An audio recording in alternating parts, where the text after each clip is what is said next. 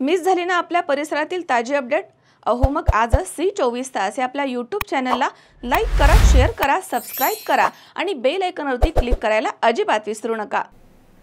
शिरूर तालुक्यातील तळेगाव ढमढेरे गावामधील गाववेशीजवळ बाजार मैदानावरती असलेले Talegaon Dhamdhere agrotech producer company limited या ठिकाणी रात्री 1:30च्या सुमारास कंपनीच्या आवारामधील पत्रा उचकटून ऑफिसमध्ये प्रवेश करत ऑफिसमधील असलेले लोखंडी कपाट तोडून त्यामधील रोख रक्कम आणि कंपनी आणि शेतकरी यांच्यामधील करार असलेली कागदपत्र चेकबुक गहाळ झाली आहे असं निदर्शनास आलंय। शेतकऱ्यांच्या हिताचे निर्णय घेणारी ही कंपनी आज तळेगाव ढमढेरे परिसरामधील शेतकऱ्यांना वरदान ठरत आहे।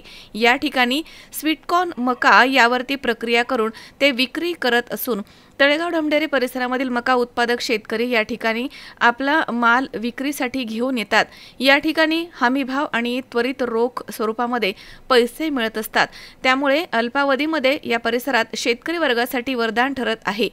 त्यामुळे या परिसरामधील शेतकरी एकत्रित येऊन हा व्यवसाय त्यांनी उभा केला होता आणि त्यामुळे शेतकऱ्यांसाठी केलेला हा व्यवसाय अशा पद्धतीनं चोरांच्या भक्षस्थानी पडला आहे याची खंत वाटते।